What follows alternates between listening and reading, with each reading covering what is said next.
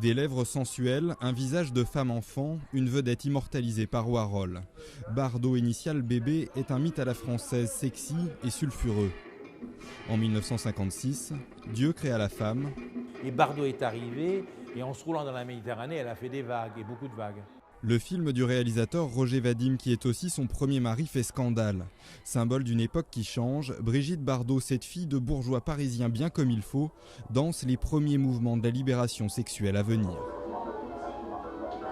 Brigitte a été détestée par les tenants de l'ordre établi, par une partie de l'Église qui en a fait un archétype de la luxure, un personnage scandaleux qui barbotait dans le chaudron de l'enfer. Elle dérangeait, donc beaucoup de gens ont détesté Bardot. Et même aujourd'hui, il y a des tenants de la pensée unique qui n'aiment pas beaucoup Brigitte, mais Brigitte s'en fout. En un peu plus de 20 ans, l'actrice tourne une quarantaine de films.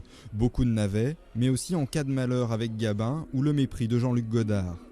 Gainsbourg, lui écrit plusieurs chansons. Bonnie and Clyde, Initial bébé ou Harley Davidson. Bardot ne craint personne et surtout pas de mettre un terme à sa carrière en 1973. Elle n'a pas encore 40 ans.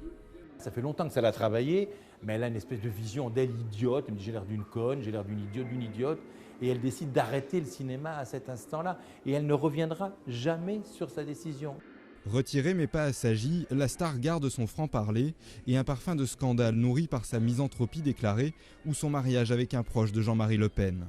Une image dans laquelle ses amis ne la reconnaissent pas toujours.